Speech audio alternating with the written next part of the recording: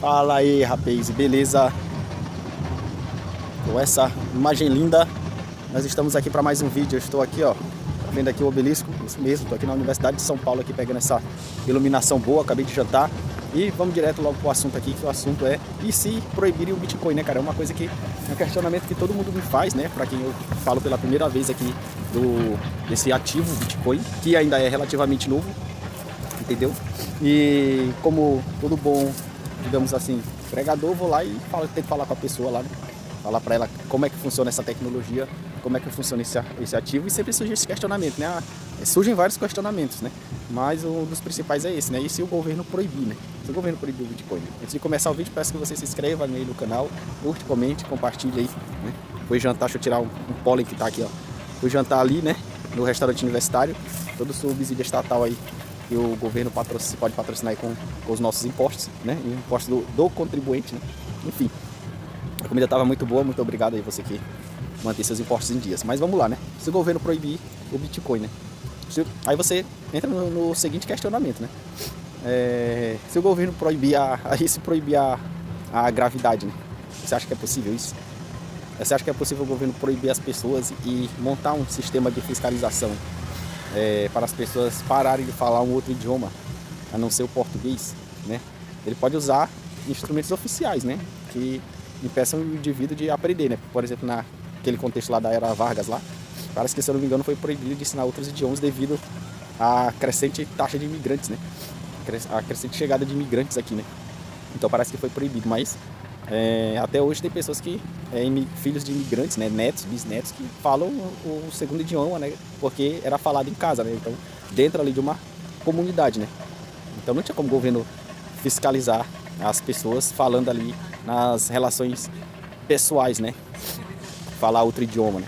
E trazendo para um exemplo mais extremo, né, um exemplo mais extremo é essa questão da gravidade, né? Como eu falei anteriormente no último vídeo, se você não assistiu, assista, né?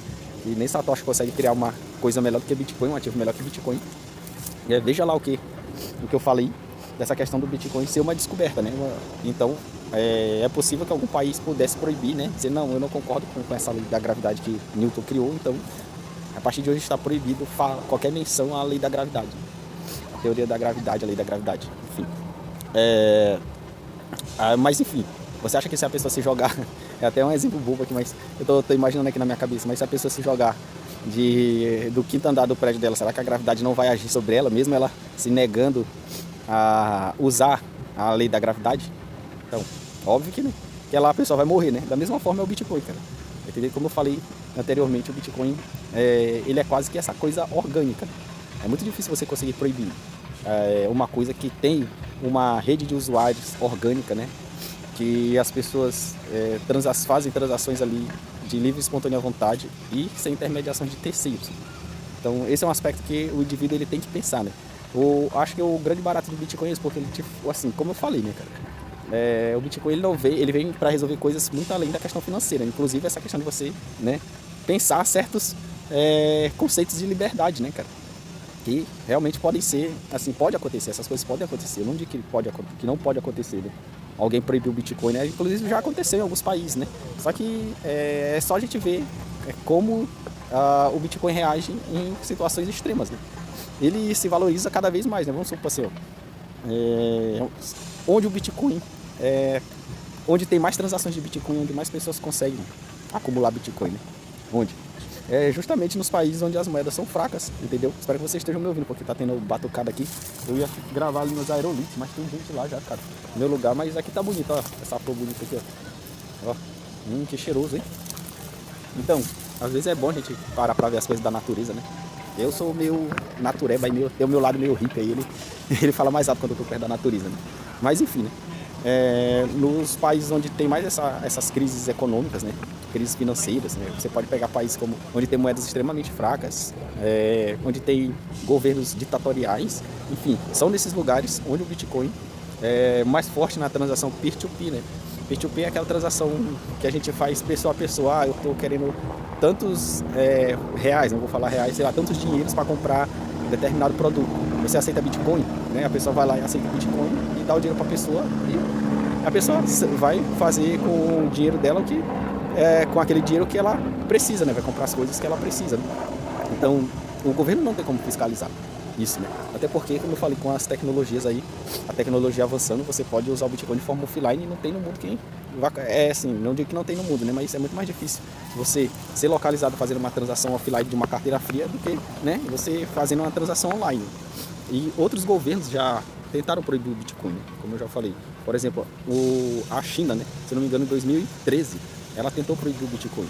Falhou miseravelmente, né? Desculpe aí o palavreado, né? Mas é isso, né? A China acabou falhando. Então, não vem à cabeça nenhum país onde tem um sistema de vigilância, né? Um país extremamente autoritário e tem esse estado de vigilância contínuo, né? Contínuo que eu falo um estado que sabe de tudo do indivíduo, né?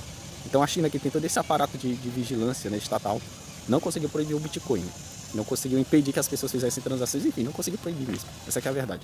Esse é o termo mais correto. E você acha que outros países irão conseguir? Se a China não conseguiu, então é porque o Bitcoin realmente é imparável, né?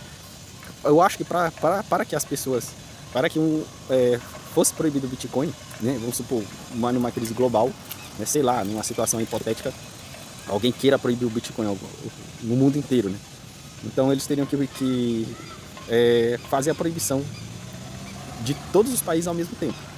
Porque enquanto um computador estiver rodando o bloco, né, tiver a rede blockchain ainda estiver rodando em um computador, o Bitcoin ainda vai permanecer, digamos assim, vivo, né? Já que ele é uma coisa orgânica, né? Assim, na minha concepção, né? Então é muito difícil, cara. Essa é uma das coisas. E se cortarem a internet, cara, já vi aí que a galera já elaborou uma forma de transmitir o Bitcoin até por ondas de rádio, usando, se eu não me engano, a Lua como satélite, né? Enfim, cara, não se preocupe, porque a galera que criou e que estava envolvido ali, os cypherpunks, né? Ainda vou trazer para vocês aqui a definição de cypherpunks, mas, assim, o cara que criou o Bitcoin, né, que é esse cara, o Satoshi Nakamoto, ele pensou em tudo isso, cara. Não foi uma coisa que ele surgiu da noite pro dia. O cara simplesmente juntou, assim, tudo que existe na história da tecnologia, criptografia, cibersegurança, tá entendendo? Coisa relacionada a dinheiro, né? Todo o conceito de dinheiro, liberdade, enfim, tudo isso para criar algo, né, que fosse impossível de ser, como que eu posso falar, fosse impossível de ser controlado, fosse impossível de ser confiscado, fosse possível de uma terceira pessoa se interferir em uma transação entre duas pessoas, né? Diferente dos bancos, o banco sempre come uma taxa ali quando você vai fazer uma transação, ou o Estado come alguma coisa, né? Quando você vai fazer uma transação financeira, você não precisa de um terceiro, né? O que pode acontecer, isso é um assunto muito extenso, né? Eu poderia passar horas aqui explorando isso, mas eu tenho aula, né? Então, o que pode acontecer, assim, um ataque mais efetivo dos governos é essa questão de atacar as exchanges, né? Por isso que você tem que fazer a sua autocustódia, né? Aquilo que nunca esteve na internet, não pode ser rastreado. Então, existem formas de você instalar um software que roda offline e que roda o Bitcoin. Mas como é que isso é possível? Cara, simplesmente existe, entendeu? Eu não, como o próprio Satoshi fala, eu não tenho tempo para explicar, porque é muito complicado, mas na dúvida, vá atrás da informação, né? Pesquise, na dúvida pesquise. Essa é uma das leis aí da galera que faz rodo de Bitcoin, entendeu? Então, um ataque à exchange, o que você vê ali nas exchanges é como o seu saldo do banco, né? Ali você não é dono do seu saldo, você está vendo só uma representação do dinheiro que você tem. Se outras instituições, inclusive o próprio banco, quiser impedir que você tenha acesso àquele dinheiro, né? Aquela representação ali do seu saldo, você não vai ter, cara. Da mesma forma, são as exchanges, né? Se o governo pedir, tanto que quando você vai criar sua conta em alguma exchange, você tem que mandar lá toda a sua documentação, né? Identidade, CPF, enfim, toda a documentação pessoal, né? Justamente para eles terem um controle, né? Do que você está comprando, né? De quanto você está comprando.